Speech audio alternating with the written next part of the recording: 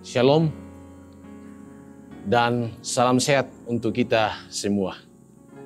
Selamat berjumpa di dalam Renungan Harian Toraya edisi Selasa 23 Maret 2021. Dan pada saat ini kita diberi kesempatan untuk membaca dan merenungkan firman Tuhan dari Yesaya pasal 44 ayat 1 sampai ayatnya yang ke-8.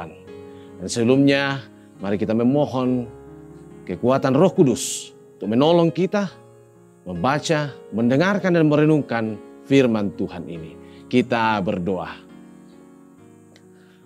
Kami berterima kasih Bapa di sorga atas kesehatan yang Tuhan karuniakan, atas kesempatan, atas waktu yang Tuhan karuniakan saat ini, di mana kami masih diberi kesempatan untuk membaca, merenungkan akan firman kebenaran-Mu. Kiranya Roh Kudus menolong kami semua agar kami boleh mengerti, memahami dan melakukan firman-Mu di dalam kehidupan kami sehari-hari. Roh Kudus-Mu yang akan memampukan kami semua di dalam mendengarkan firman-Mu. Ampunkan segala dosa dan kesalahan kami. Terima kami yang bermohon di dalam Kristus Yesus, Tuhan yang hidup. Amin. Yesaya pasal 44 ayat 1 sampai ayatnya yang ke-8. Saya bacakan firman Tuhan kepada kita sekalian. Tuhan satu-satunya Allah. Firman Tuhan datang kepada kita sekalian demikian. Tetapi sekarang dengarlah, hai Yakub hambaku, dan hai Israel yang telah kupilih. Beginilah firman Tuhan yang menjadikan engkau, yang membentuk engkau sejak dari kandungan, dan yang menolong engkau. Janganlah takut, hai hambaku Yakub, dan hai Yeshurun yang telah kupilih. Sebab aku akan mencurahkan air ke atas tanah yang haus, dan hujan lebat ke atas tempat yang kering. Aku akan mencurahkan rohku ke atas keturunanmu, dan berkatku ke atas anak cucumu. Mereka akan tumbuh seperti rumput di tengah-tengah air, seperti pohon-pohon gandarusa di tepi sungai. Yang satu akan berkata, aku kepunyaan Tuhan. Yang lain akan menyebut dirinya dengan nama Yakub. Dan yang ketiga akan menuliskan pada tangannya kepunyaan Tuhan dan akan menggelari dirinya dengan nama Israel. Beginilah firman Tuhan, Raja dan Penebus Israel, Tuhan semesta alam. Akulah yang terdahulu dan akulah yang terkemudian. Tidak ada Allah selain daripadaku. Siapakah seperti aku? Biarlah ia menyerukannya. Biarlah ia memberitahukannya dan membentangkannya kepadaku. Siapakah yang mengabarkan dari dahulu hal-hal yang akan datang? Apa yang akan tiba? Biarlah mereka memberitahukannya kepada kami. Janganlah gentar dan janganlah takut. Sebab memang dari dahulu telah kukabarkan dan kuberitahukan hal itu kepadamu. Kamulah saksi-saksiku. Adakah Allah selain daripadaku? Tidak ada gunung batu yang lain. Tidak ada ku kenal. Demikianlah firman Tuhan. Berbahagialah kita yang mendengarkannya.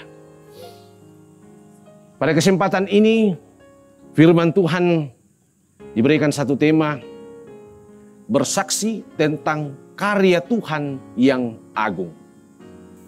Umpes saabian diona penggauran kalle kalianna buang. Bapak Ibu Saudara-saudara jemaat Tuhan, hubungan Tuhan dengan umatnya sering digambarkan seperti hubungan orang tua dengan anak. Bagaimanapun orang tua marah kepada anaknya, pasti selalu ada pengampunan.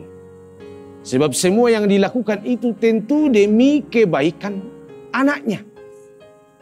Demikianlah ketika Tuhan menghukum umatnya, sudahlah pasti ada tujuan Tuhan yang mulia di balik ke semua itu. Tercatat dalam perikop saat ini, bagaimana Tuhan menyampaikan rencananya yang agung bagi umatnya yang sedang menjalani hukuman dalam masa pembuangan.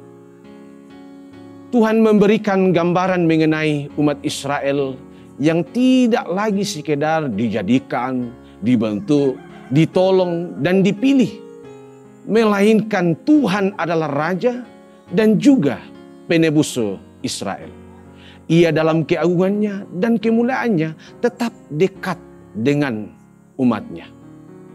Status Israel di hadapan Tuhan kembali diteguhkan dan janji pemulihan itu kembali diperdengarkan. Kebutuhan jasmani Israel diberikan serta curahan roh dan berkat-berkatnya berlaku bagi keturunannya. Pencurahan roh Allah itu selain tanah diberkati, juga akan tumbuh suatu generasi yang bersaksi bahwa mereka adalah milik Allah. Dalam ayat 4 sampai ayat yang ke-5. Bahwa mereka adalah hamba Allah. Firman yang disampaikan Allah bukan sekedar janji, melainkan ia memeteraikan janjinya dengan penuh kedaulatan. Setiap hari kita selalu mengalami berkat-berkatnya.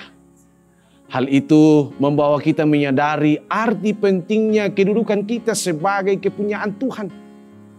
Semua yang kita alami menjadi suatu kesaksian akan kesetiaan dan kuasa Tuhan. Bahwa Tuhan yang memanggil kita sebagai umatnya dan mau menjadi Tuhan bagi kita. Dialah satu-satunya Allah yang hidup. Tidak ada Allah lain selain daripada Tuhan.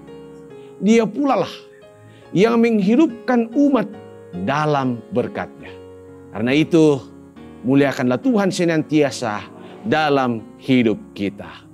Amin firman Tuhan. Mari kita bersyukur kepada Tuhan dalam doa. Firman-Nya boleh kita dengarkan. Kita berdoa. Kembali kami mengucap syukur kepadamu ya Tuhan. Oleh karena kasih setiamu telah nyata bagi kami. Saat ini firman-Mu boleh Engkau perdengarkan kepada kami semua. Bahwa Engkau adalah Tuhan atas kami. Tuhan yang selalu dekat. Tuhan yang selalu menolong. Tuhan yang selalu mencurahkan berkat-berkat-Nya di dalam kehidupan kami. Terima kasih Bapa di sorga. Biarlah berkat-berkat yang Engkau karuniakan kami pakai menjadi saksi-Mu di dunia ini. Memberitakan kekuasaan-Mu. Memberitakan segala kasih-Mu. Bapa di sorga, kehidupan kami tetap serahkan ke dalam tangan pengasihan-Mu. Biarlah kami boleh hidup dalam damai sejahtera-Mu. Hari ini, esok, dan selama-lamanya. Di dalam dan demi Kristus Yesus, kami berdoa kepada Bapa di sorga. Amin.